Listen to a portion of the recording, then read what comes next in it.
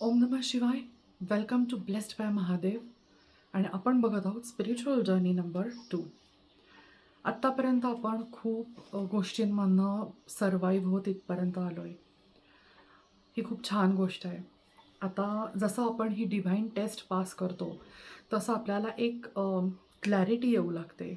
आपल्याला आपलं soul purpose समजायला लागतं की का माझा जन्म झाला, मी कुठलं सोल कॉन्ट्रॅक्ट केलं आहे भगवंताशी, मला मृत्यूच्या अगोदर कुठलं कार्य पूर्ण करून जायचं आहे, ते कार्य पूर्ण करायला मी सक्षम आहे का.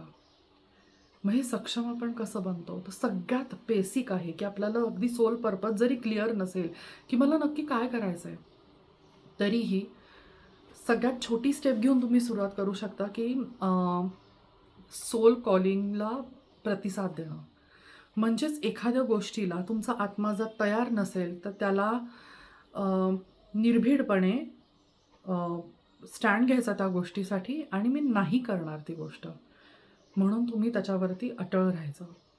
किंवा एखादी गोष्ट तुम्हाला करायचीच असेल, ती जगाला मान्य नसेल, त्यांच्या साच्यामध्ये ती बसत नसेल, सो कॉल्ड त्यांच्या सोसायटीच्या रूल्समध्ये ती बसत नसेल, पण ती तुमच्या आत्म्याला जर योग्य वाटत असेल तर तुम्ही ती निश्चित करायची आहे. तुमच्या पाठीशी भगवंत आहे हे तुम्ही कधीच विसरायचं नाही आहे. प्रॉब्लेम्स हे प्रत्येकाच्याच लाईफमध्ये येतात, पण तुम्ही जर छोट्या छोट्या गोष्टींवरती हा विचार करत बसलात की लोक काय म्हणतील, हे काय म्हणेल, ते काय म्हणेल, तर तुम्ही तुमच्या सोलची प्रोग्रेस कधीच करणार नाही आणि सोल पर्पजपर्यंत तुम्ही कधीच पोचणार नाही. समोरच्या व्यक्तीला न दुखावता तुम्हाला तुमच्या सोलचं कॉलिंग ऐकता आलं पाहिजे आणि त्याप्रमाणे तुम्हाला वागताही आलं पाहिजे. ही छोटीशी स्टेप तुम्हाला तुमच्या सोल पर्पजपर्यंत लवकरच पोचवेल.